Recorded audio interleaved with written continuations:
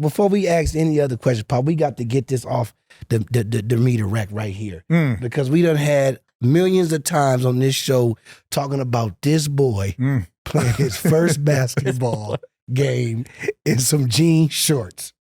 Now, you're going to have to help us out with this one, Papa. The fans want to know, we all want to know, why did you let this man, this boy, go to his first game in some jean shorts that was cut up and with holes in them and stuff? Because this is a story that he has told us plenty of times. He was out playing. You picked him up and said, you got a game today. And you just said, get in the car. Didn't change, didn't get no shorts.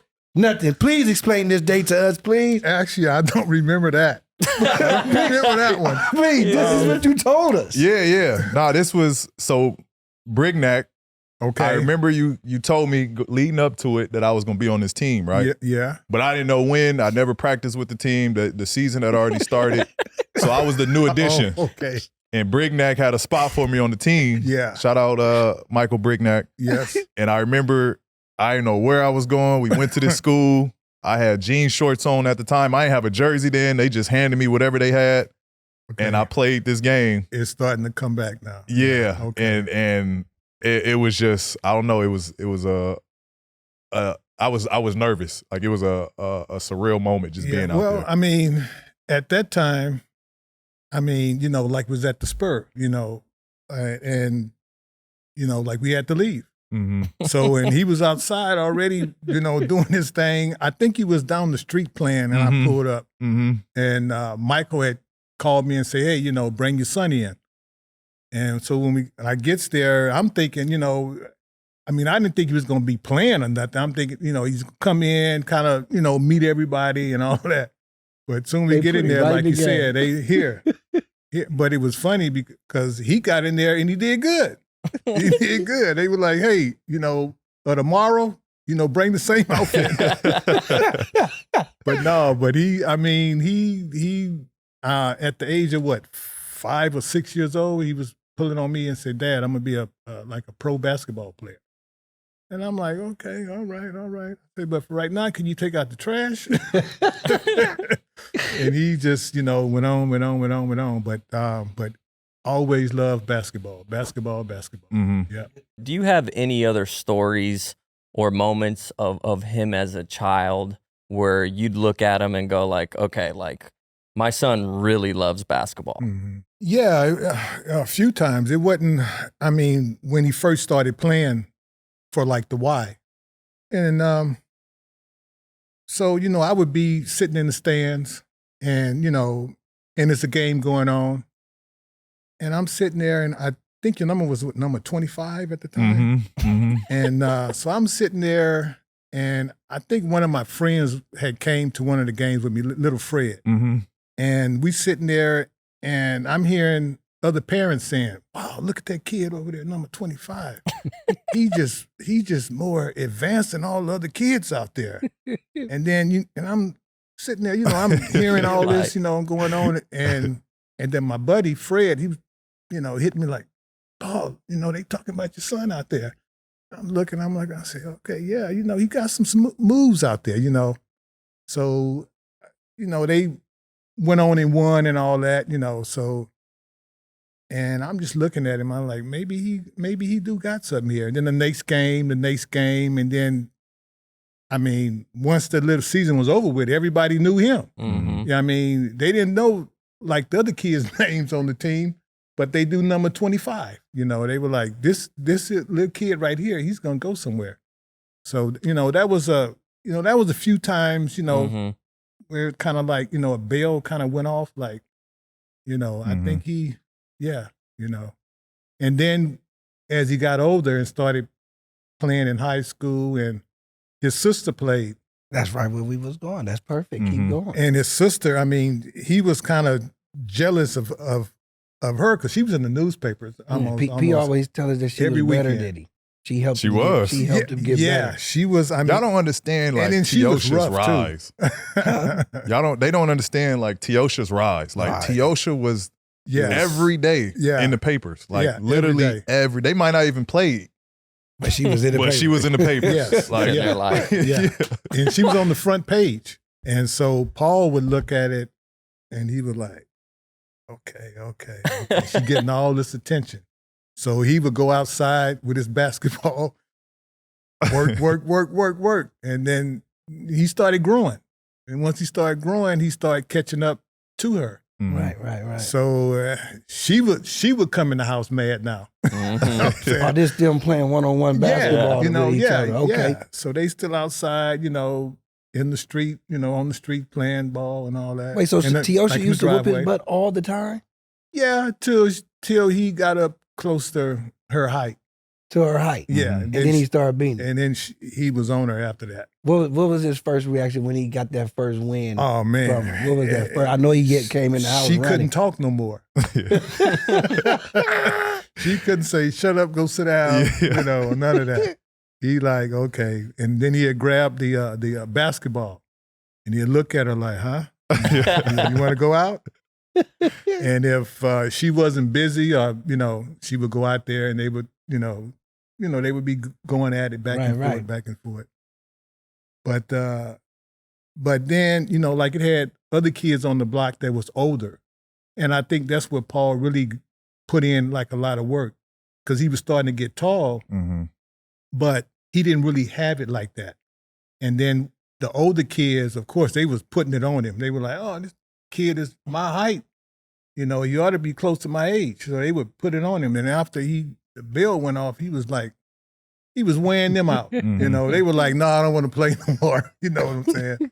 So he just put in a lot of work, lot of work. And I'm thinking he was going to be real, real tall. I'm saying he's going to be tall. So he liked the basketball. So I'm thinking, okay, he's going to play center. So I'm buying, and then at the time, Shaq was the man. Yeah. He was with the Magic.